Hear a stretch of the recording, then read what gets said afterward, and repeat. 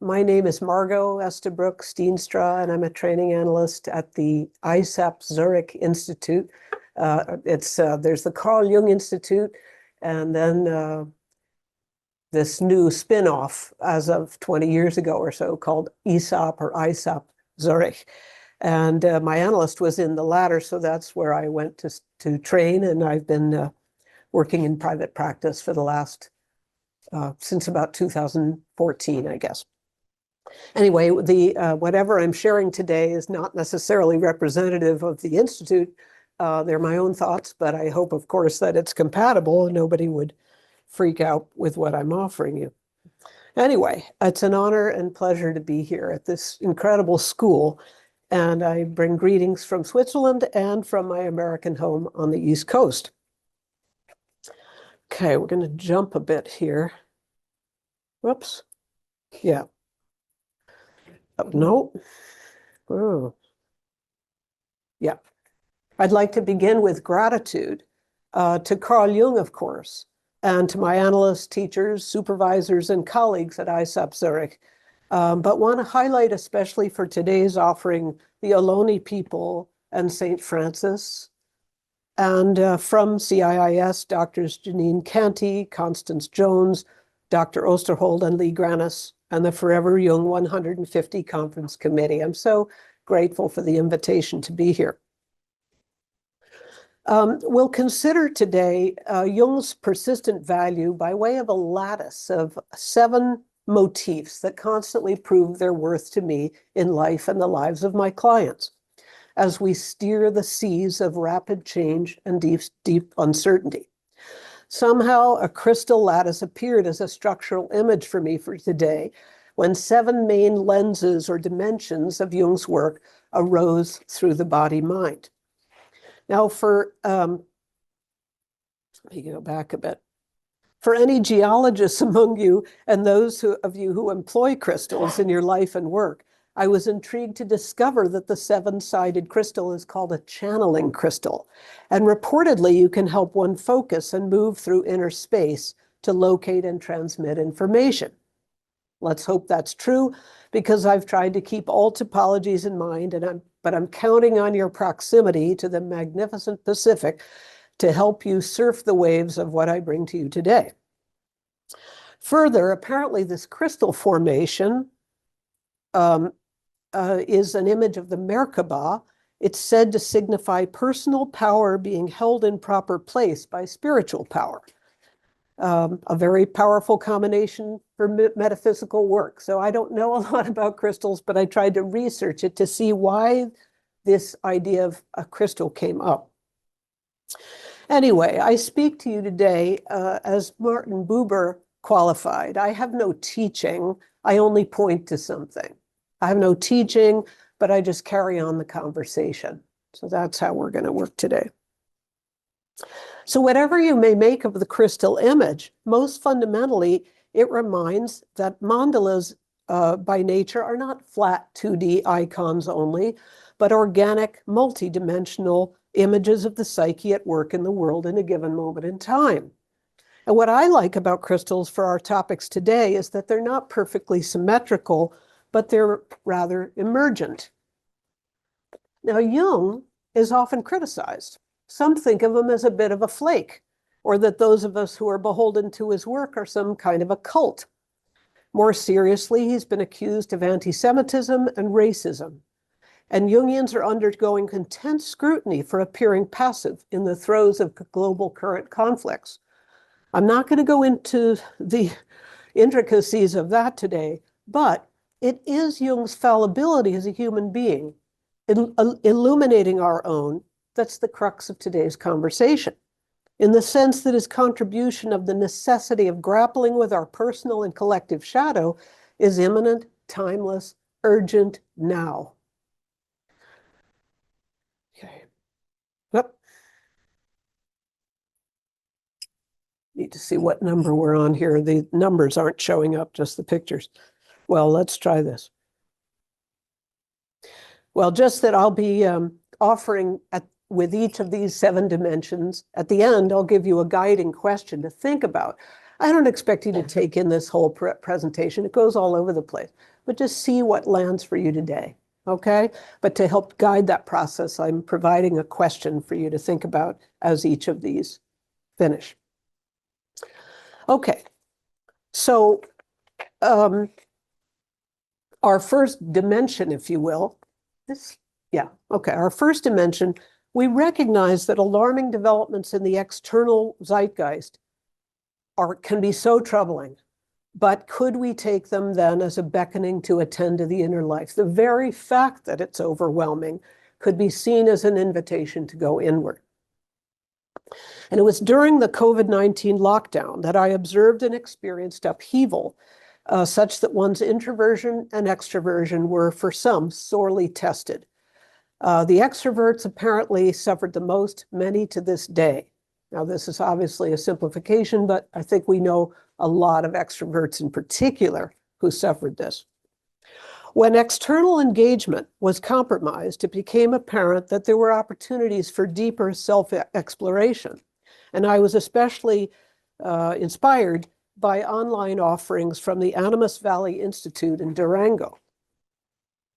They managed those online courses, managed to reinvigorate soul through the engagement in the natural world and the mystical world that Jung might have described as psychoid.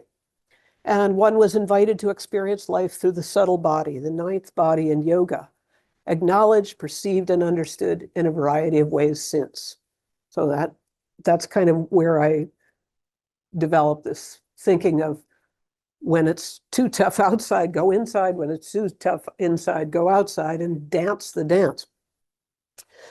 Anyway, we're talking about self-regulation of the psyche. So it strikes me as important that when we feel we've reached a limit of efficacy in our engagement with the external world, that we may be tempted to succumb to the other side of the archetype. We might feel helplessness or despair. And it's just then that we might naturally explore within. Bless you. Okay. However, we want to also note the possibility of shadow's shadow, staying conscious of natural tendencies to evade overwhelm. For example, let's say a lot of people they just have such a limited tolerance for world news, exposure to cruelty, lack of journalistic balance. It goes on and on and on. And we could note that any degree of reactivity where we retrench and pull the other way, as sometimes called a schizoid reaction. Some, including authors Doherty and West in their book, The Matrix and Meaning of Character, an archetypal and developmental approach, they talk about this schizoid tendency as a withdrawing pattern that's established in the first 18 months of life. Now, that's just a developmental angle on that. But we can retrench and stay there, stay stuck. So we can guard against hiding in introversion instead of more proactive self-regulation, where we know that we've got to dance the dance and not stay stuck in either pole. Great ways to do this are somatic experiencing or body dreaming. It's just two possible ways. Yoga, there's so many wonderful ways in dancing the dance between the external and internal lives. So great to be here in California, where Western earnestness can meet up with ancient Eastern wisdom, each tempering the other, hopefully eliciting what Jung would call the transcendent third, which I think he got from Aristotle, to illuminate the way forward. Okay, before we move to our second lens, though, you could ask yourself, what is your own current rhythm as you read the world and dance the interplay between external and internal life? How fluid are you feeling these days to be able to self-regulate around those differences? Okay, this involves our second lens here. This involves increased personal responsibility, contending with the shadow, waking up to projections, things that we assume about the world, and then learning how to withdraw those presumptions, and then taking care, fortifying our vulnerabilities, taking care of ourselves in all that suffering that can come when you're facing your own shadow. Jungians know well the mainstay of living our symbolic life is the practice of shadow boxing. It's a timeless gift of Jung's, but often excruciating work. Furthermore, beyond inquiring into shadow and withdrawing projections, we reclaim energy. When we withdraw the projection, we have new energy available that we didn't throw out somewhere else. But what do we do with it? As we gradually try to integrate? Well, we make a practice of attuning and self-regulating our introversion and extroversion. And what Jung, there's an essay, there's Collected Works 18 is called The Symbolic Life. And inside of that is an essay called Living the Symbolic Life. And when you read that, you realize you get more of an embodied sense of what it is to live that dance between. But it's really, I was reminded the other day, listening to somebody named Mandar Apte. Do you know that? Okay, I didn't either. Filmmaker and proponent of peace building through leadership. And this was in the recent Art of Meditation Global Summit that I luckily came up on my Google feed. And he was talking about working with the inner life, not just as grappling with shadow. That wasn't he's not a Jungian. I don't know if he even knows about that. But he was talking about the necessity of tending our inner life, especially through things like meditation. And his thinking on that was, the more we take responsibility for tending and taking care of our inner life, that reduces our sense of neediness. So it's like a ratio of taking responsibility and reducing neediness. Okay, now here are a couple of images of personal shadow, repressed parts of the human personality, or some people describe it as whatever individuals reject as immoral or incompatible with their ambitions and demands. On the collective level, usually it's images that come up through mythology and religion. So these are some images. This lovely woman I met through an online course I did some months ago is Melissa Kim Corder, and she's working on, I think, her PhD at Pacifica. But her images were, I'm a wordy person, as you've probably figured out, but her beautiful images, especially of the shadow, I had to write her and say, we don't know each other, but is there any way I could use a couple of these for my presentation? She was so generous. So look up her website there. I love this one with the portal, with the shadow as a portal. And her basic thing, the course I was taking, was about the gold in the shadow, that if we work through the shadow, we find gold in there, like going into a deep, dark mine.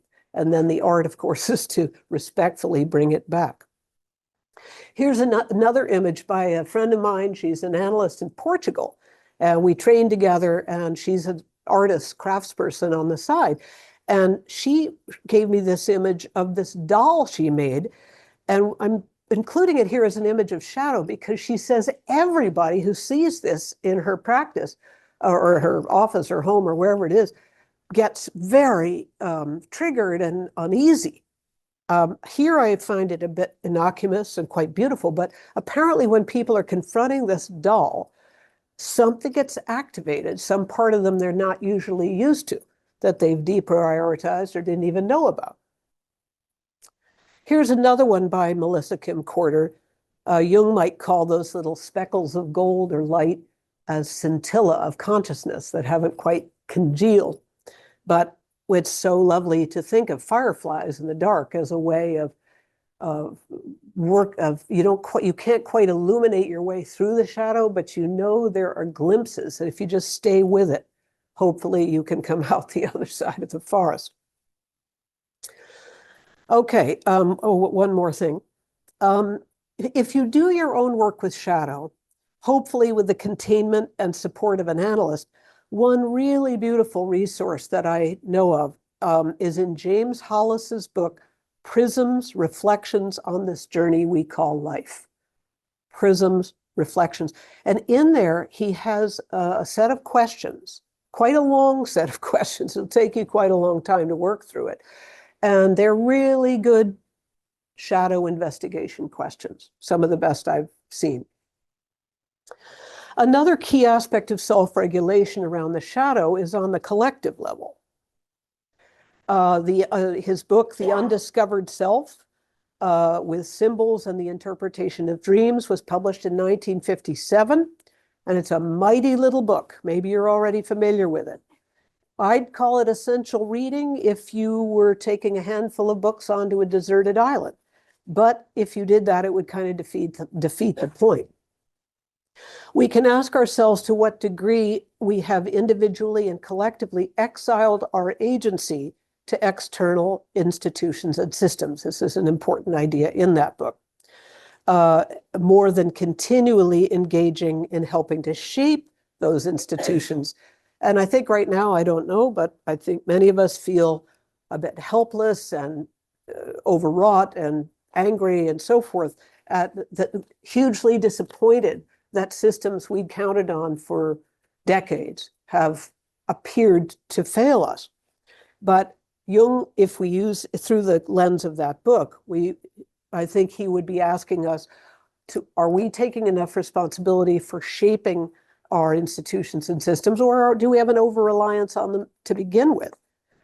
So the question I'd ask you with regard to this particular lens is, what are your personal expectations of systems and institutions?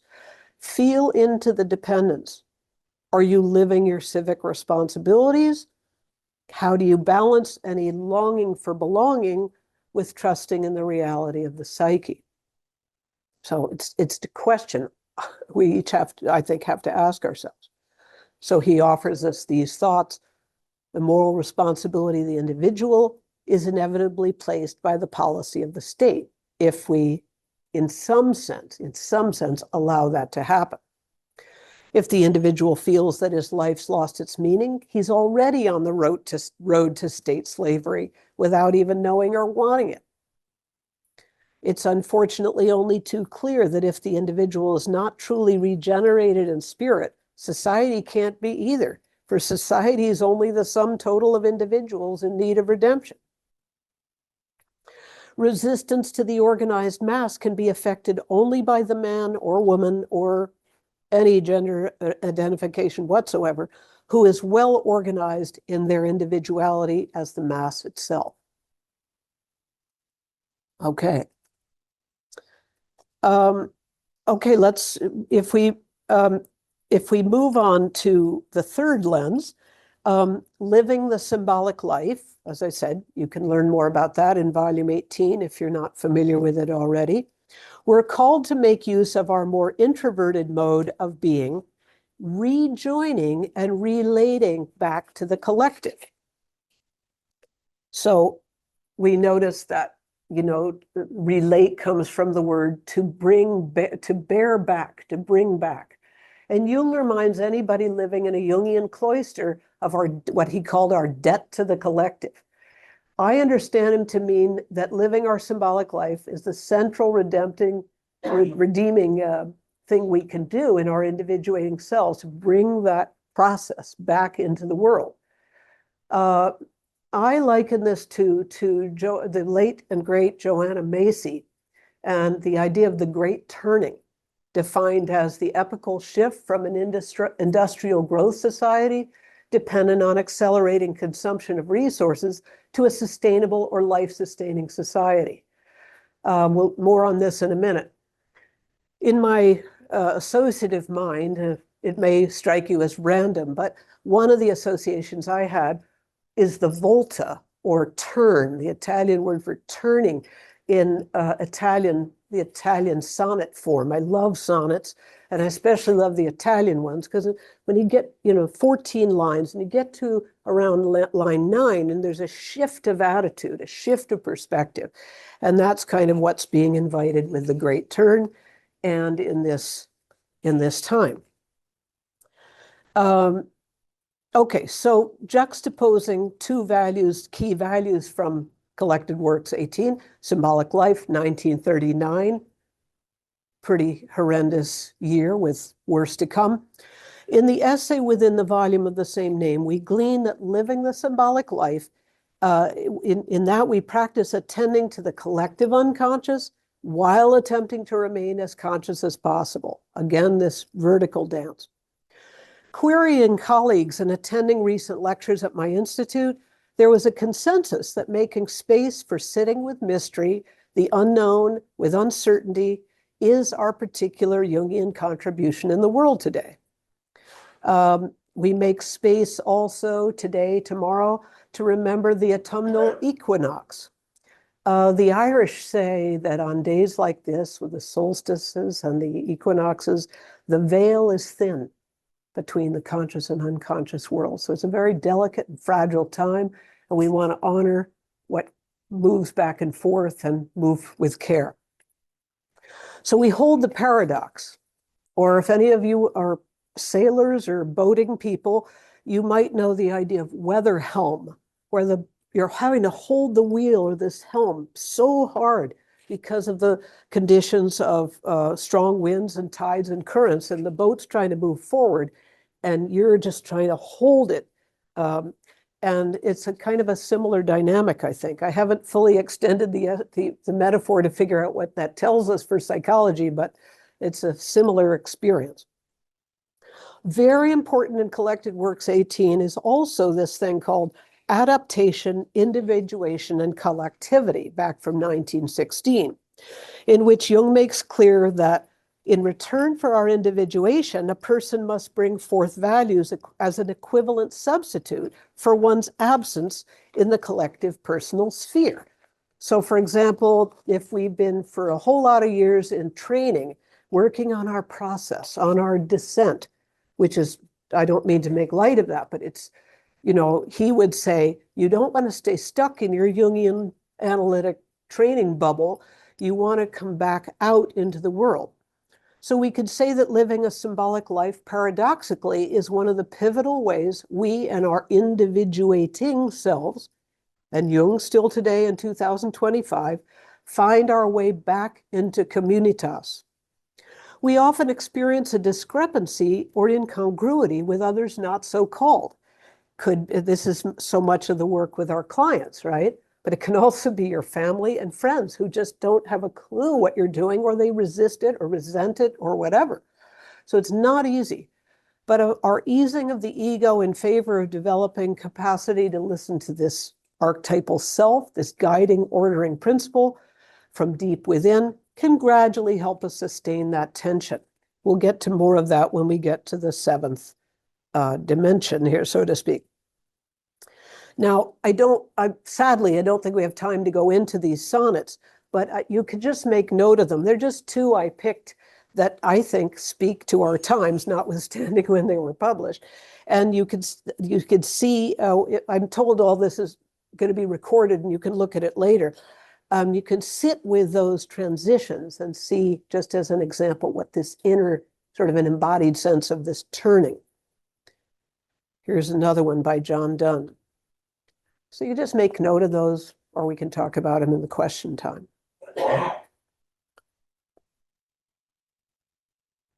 Okay. Turn, turn, turn, thanks to the birds. Okay. This is the dance of self-regulation in and for the collective. So the principal example, a principal example I felt was bringing Jung's practices into contemporary life could be found with Joanna Macy's Great Turning. And she was so dedicated to the idea that we have this call to community. The world is so fragmented. We've got to unite and move forward together in a shift. She said, that's the shift that's going to save us, honestly. And we just got some great input around that from Tom Singer's beautiful presentation. Working with cultural complexes is a concrete way, or start to a concrete way where we can actually work with that.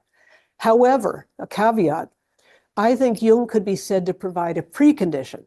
However isolating, even re-traumatizing in the wake of the pandemic lockdown, we have to risk simultaneously a period of reorientation away from the instinctual archetypal longing for belonging.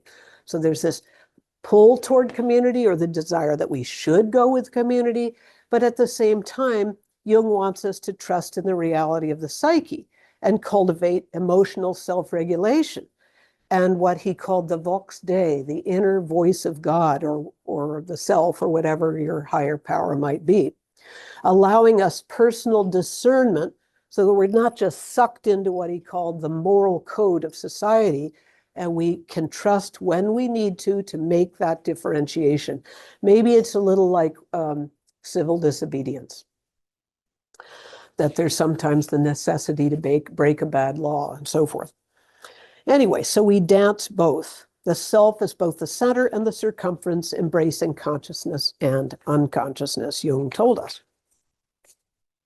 Now, this risk of alienation that may be brought to us in analysis, might have brought us to analysis in the first place, is also the anti-venom, and it takes courage. To quote Marilyn Mahboubi, who's an Iranian-born, now life and leadership coach here in California, she says, courage isn't a noun. It's a thing or an act or an outcome. Courage is a verb. It's the constant, sometimes exhausting commitment to the cultivation of an intimate relationship with the unknown, a kind of friendship with things that are hiding in the blind corners of our lives. So before we turn to our next lens, you could ask yourself, how do you, each of you, and how do I, offer our transforming, self-informed ego back into the communitas? Okay. Now, with our next lens, an enduring centerpiece of Jung's work is maintaining a complexio oppositorum, holding the tension of the opposites. Jungians, especially nowadays, are often criticized for this, as it can be perceived as a lack of taking a stand or failure to act. Now, in light or darkness of world events, we can even doubt ourselves and question the reality of the psyche, thinking that couldn't possibly be enough for us to hold this tension. Yet Jung apparently saw this as the principal gift we bring back to the collective. That in fact, in doing so, we make space for transformation. Anyway, we maintain complexio oppositorum not only in holding paradoxical ideas, as has been something they've been teaching for years, but also in our emotions as catalysts of growth, holding our emotional reality and our thinking. And furthermore, now Jungians are beginning to understand and you're ahead of us in California, so forgive me if this is old hat to you, but also the tension between the mind and the emotions and the body. Supporting increasingly by neuroscience, we remember, which etymologically means to bring the body back together. We remember emotional resonance and the transformative healing potential that is stored in the body, lending hope to us in an unprecedented human population growth, which also brings exponential trauma. So Jungians are learning to note physical symptoms as manifestations of complexes that, while presenting via affect, had been considered more on a theoretical level. Somatics appeared to be rather suppressed during my years of training in Zurich, an environment desirous to maintain a classical Jungian identity. They've loosened up a bit now, but while I was training, I had to be very careful. My training colleagues and I had to be very careful about mentioning the body or different aspects of the other than what was then considered classical. Yet there were Jungians all along who were attentive to those especially attentive to trauma, and we may remain grateful to the likes of Marion Woodman, Donald Kalshed, Ursula Wirtz, Marion Dunley, Ursula Kubler, just to name a few. And Arnold Mundell, who's not strictly speaking Jungian, and individuals with whom I'm only just becoming acquainted here at this conference. The beautiful offering yesterday by Barbara Holyfield and her deeply moving offering, and Jane Clapp and Teresa Gernes. I haven't even met them yet, but I'm so glad to get them on my radar. A number of non-Jungian psychotherapists and others are making important contributions to somatic work. And body-oriented treatments. And we hopefully can accommodate and integrate those in our Jungian context of the psyche, and hopefully they can get something from us. In particular, I've gotten a lot from Bessel van der Kolk, his famous book, now famous now, called The Body Keeps the Score. He's in my hometown of Boston. But he himself says he's been primarily influenced by the work of Pat Ogden and Peter Levine in learning the importance of the body and thinking developmentally. And all these people, he has this whole team now of specialists, but they agree in things like diagnostic findings like heart rate variability as an extremely important indicator, and modalities of acupuncture, massage, yoga, EMDR, and many more. And that's how they saw that those reached less conscious part of the brain. So that's how they made their way to some recognition and respect for the unconscious. And there's more we could say about how it would work for Bessel van der Kolk and Jung to have a conversation, but in the interest of time, I'm going to move ahead. I would like to bring your attention to post-Jungian Marion Dunlea. Do you know of her? She's Irish. She trained with Marion Woodman, and her system and her book are, she's trademarked as Body Dreaming, a psychosomatic therapeutic intervention, better described, I think, as a deep attending, almost a non-intervention. And she describes it, I'm just going to jump here a little bit. Through attending to our matter and psyche, we develop the capacity to align with the self-regulating principle, and the innate drive toward wholeness that Jung addresses, working toward fulfillment of our human and spiritual potential. So her book is called Body Dreaming in the Treatment of Developmental Trauma, an Embodied Therapeutic Approach. And she closes that book in a way I think is quite inspiring.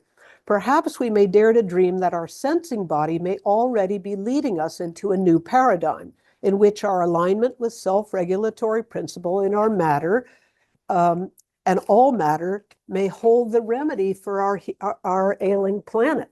So she is hoping that this deep attending, and the verb she uses all the time in our supervision sessions is notice.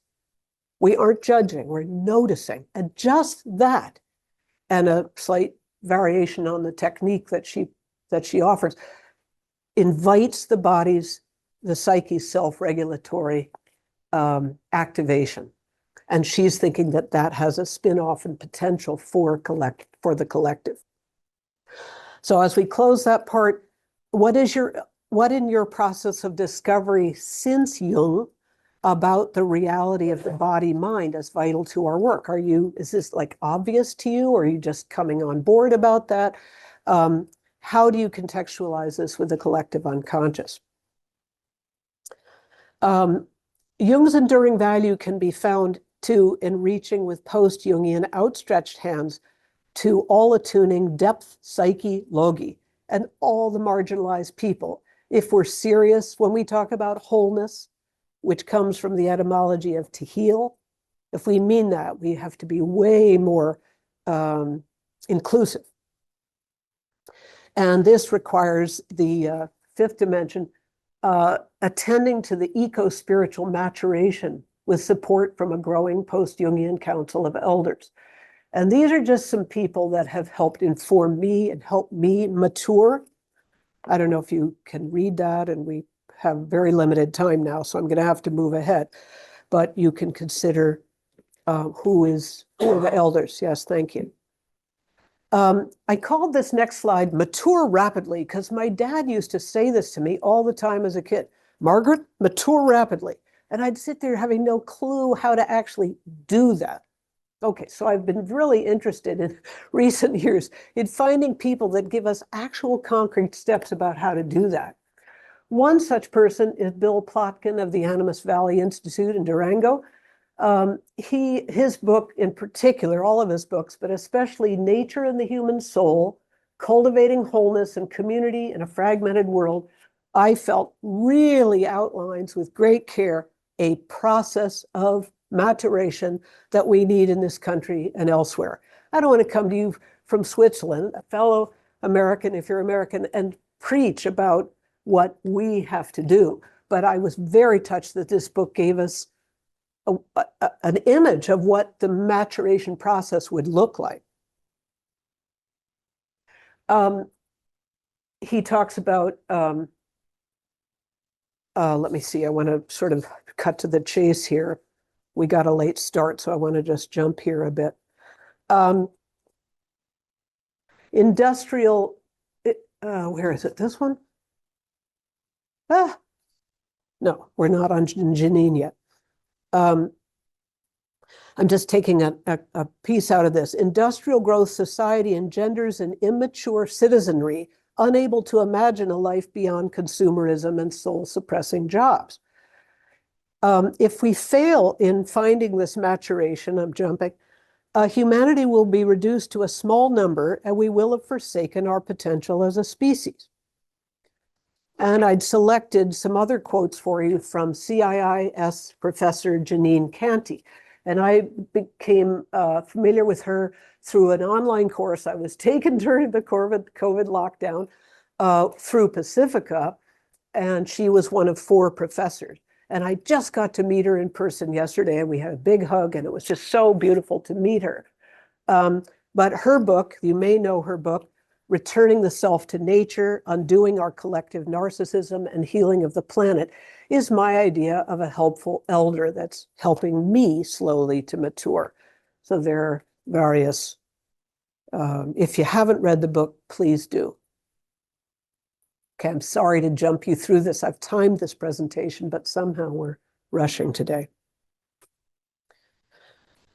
Okay.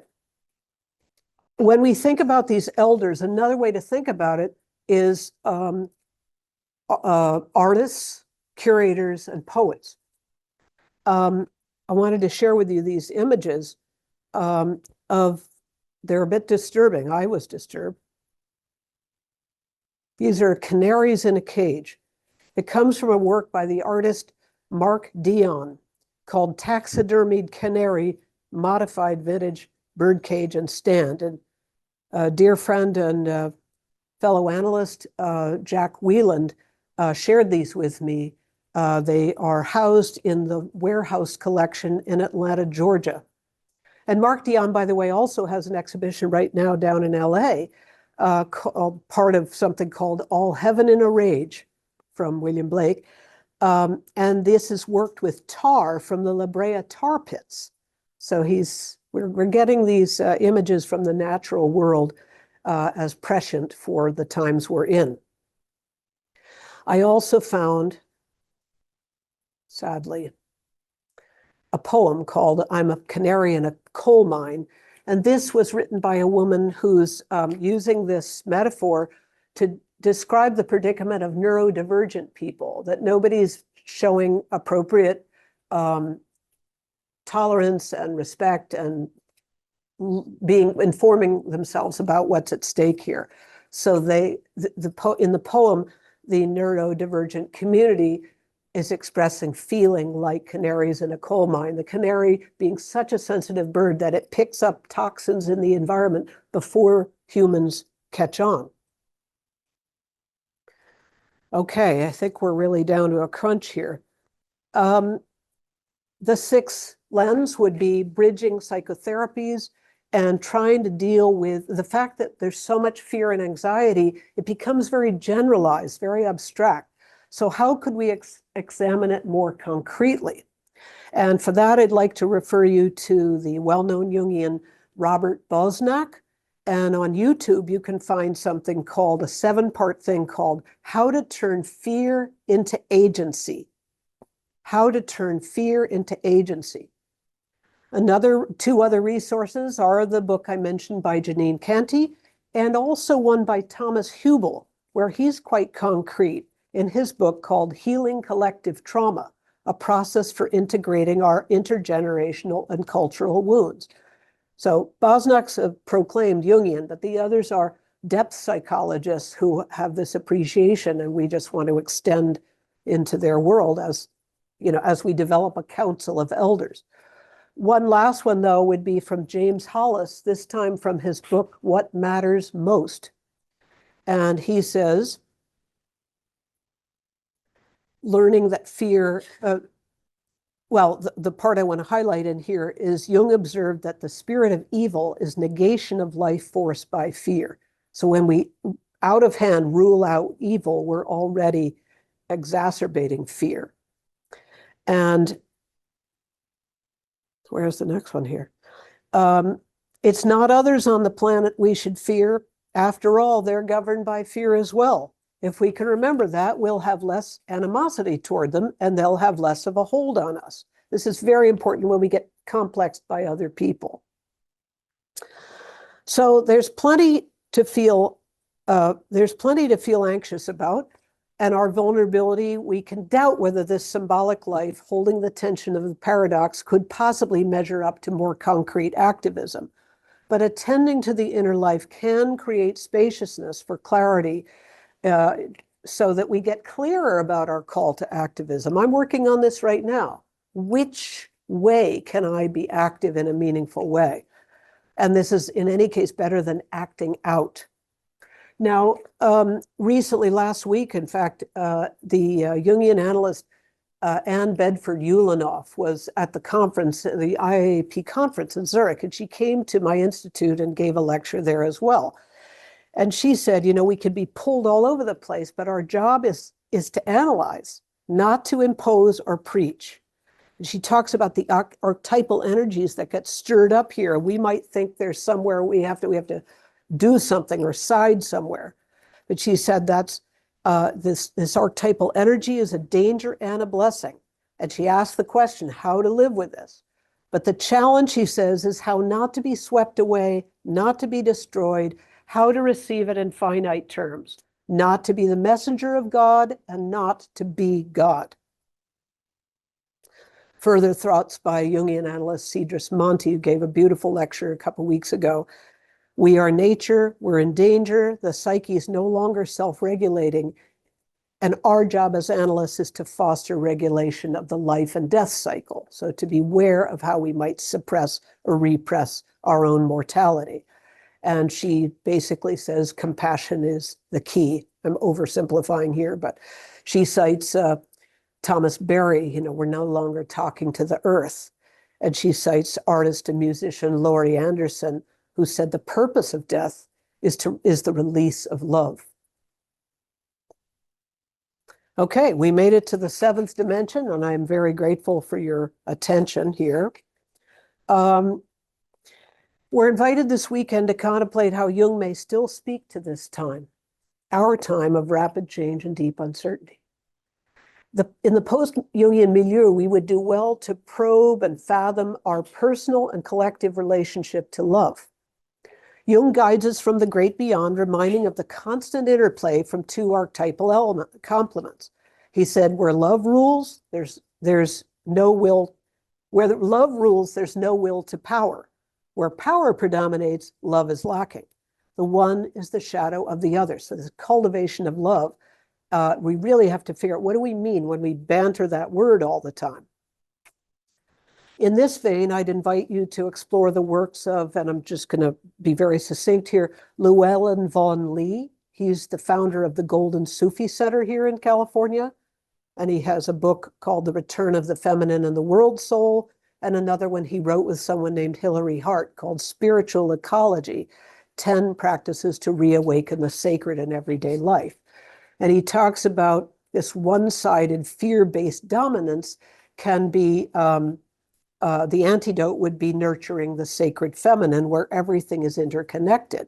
So that's a lot like Thich Nhat Hanh's call to us to interbeing, or anima mundi toward unus mundus. So Vaughan Lee suggests that the seeker through meditation and aspiration focuses on this essence that lives within the heart. And he said, when we open our heart to life, we're not limited by duality or caught in contradictions. The heart helps us to remember, is the home of the self, and the self contains the opposites within its essential wholeness. And this is corroborated. Do you all know about Anadea Judith and her book, The Global Heart Awakens, Humanity's Rite of Passage from the Love of Power to the Power of Love? She also shares this concern. She said, we're all stuck in the third chakra, a stage of competition and domination, rather than moving into the wholeness and integration of the fourth chakra of the heart. So it sounds simple and naive, but she says paying attention to the heart through caring about things, the four-letter word. How else, she asks, can we find our divinity and step into our role as co-creators of the future?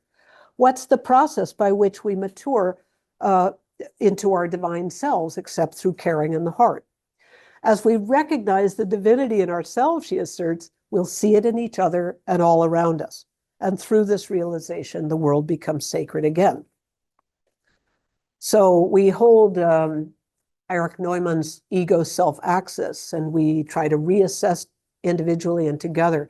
Where are we overinvested in survival, privilege, security, well-being, identifying the extent to which we're more ego than self-based? And we achieve this by checking our resistance, easing an overbearing ego, opening, creating spaciousness within ourselves and for one another, experiencing the deep archetypal feminine through silence, gently interrogative, gentle questioning, simplicity, reverie, repose, acceptance, blending insight meditation and sensory and emotional savoring to realign ourselves with communitas. So what is love to you? And what is your relationship with this word, this thought, this feeling? Do you detect any shadow in there? Resistance, personally or collectively? How near are you to this final sentiment? I just mentioned to you, does anybody know, is this ting, ting, ting, or ting in Chinese? Anybody here know? What I want to point out is I was looking up the word to listen and to hear, and the heart is in there, okay? They know that already for thousands of years. These are some images that shared with me by colleagues. But I need, in the interest of time, to finish with this quote from Dostoevsky. Love all God's creation, both the whole and every grain of sand. Love every leaf, ray of light, animals, plants, every separate thing. And if you can do this, you'll perceive the mystery of God in everything. And when you can do that, you will there grow every day to a fuller understanding and come at last to love the whole world with an all-embracing universal love. But we want to give the last word to Jung. I normally prefer teaching, learning, this dyad and so forth, and you've all been so great with this one-sided lecture. So thank you for that, for your listening, and I hope there's something in here for each of you. But Jung would say, the knowledge of the heart is in no book, not to be found in the mouth of any teacher, but grows out of you or me, like the green seed from the dark earth. So I hope there are seeds for you to take with you today. Final thought from him, the most terrifying thing is to accept oneself completely. Your visions will become clear only when you can look into your own heart. Namaste. Thank you for being beautiful. Thank you so much for that. Joseph, you set the vibe in here, and that was really important. I just I lobbied you the ball and you finally slammed it down. So Say again? The volley? yeah, I passed it over to you and you took it and you slammed it. You scored. Well, thank you. That's That's a volleyball reference. I used to play. It's been a long time. It's been a long time. So we are, that was an amazing presentation and we are getting close to the end of time. So we only have about 5 more minutes or so. So if we have any questions, and I'm going to go next to the person so that the people on the Zoom can hear it through the mic. And are you ready for questions? Yeah, sure. Okay. She's always ready. All right. Thank you so much for that talk. My question is in reference to the third point that you had mentioned, and I might have missed this when I was writing down notes, but there was a point about risking a period of reorientation away from the instinctual, archetypal, longing for belonging. And so I'm just wondering if you can elaborate a little bit. Yeah, this is a paradox for sure, right? On the one hand, we all have a longing to belong. And then we have people like this amazing Joanna Macy who's saying, indeed, join as a community, but do it more consciously, right?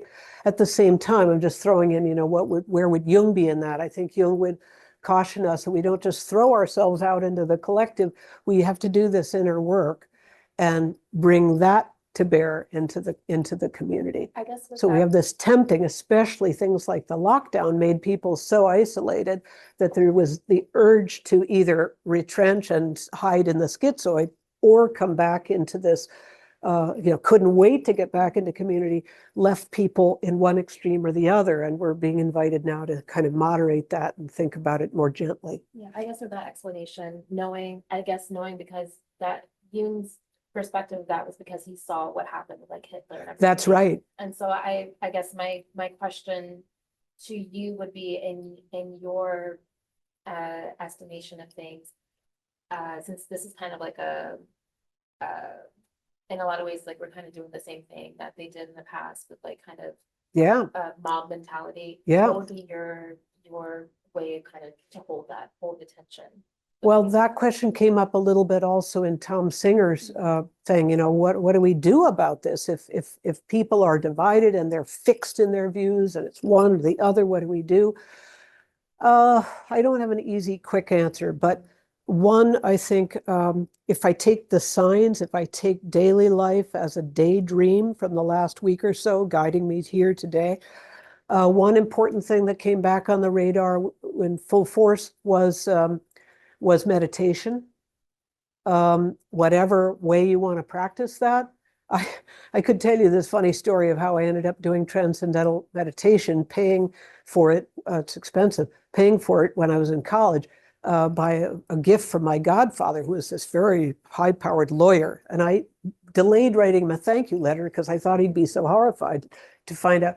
But I was thinking just today, I have never regretted that. That's more of a rest technique, but investing somehow in meditation, I think today is so important, right? Another funny thing, when I was in college, probably what prompted doing that, I pulled out of my mailbox one day this thing that said, your mind is overeducated, your heart is undereducated, and your body isn't working well at all. So, we have to realign these parts of ourselves and take confidence to do that. Okay, Yeah. so we can do a quick last question if Or someone online. Is there anybody? I think that you beat them to the punch, so. Well, yeah, well, I loved what you were just saying, and I often wonder, you were talking about whether noticing is enough. Yeah. And kind of the implication that maybe what do we do as being emergent?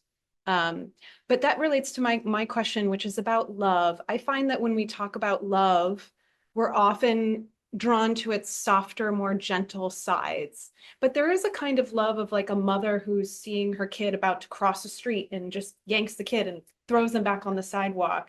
Great And example. I think I wonder if it stems behind that is a deep understanding of our lack of separation from one another.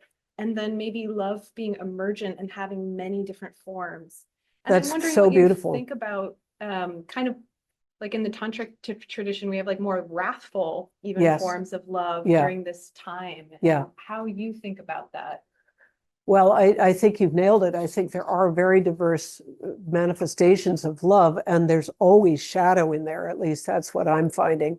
It sounds like a pretty word, and we have the whole Hallmark world, which thanks to Hallmark, it's a very nice thing that can help us heal and feel better. But there's so much shadow and always potential to go deeper and grow more.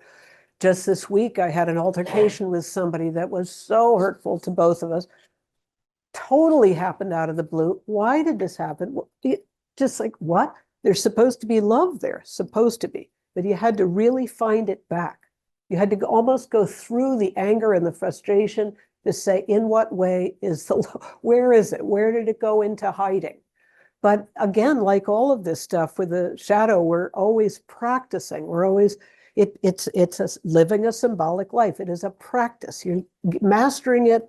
Not many people do. You just got called to do this and you engage with it. And it's not easy, but hopefully you feel it's worthwhile.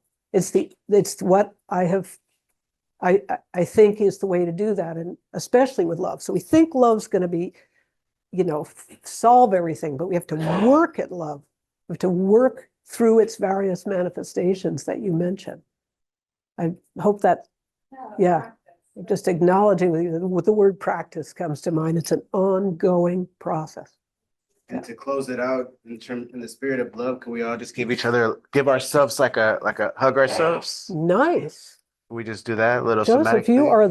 are the soul. Online too. I don't see Alex doing it. Thank or you, Lee. online people. All We right. Well, really thank you so appreciate much. being One more here. time, round of Thank you. applause.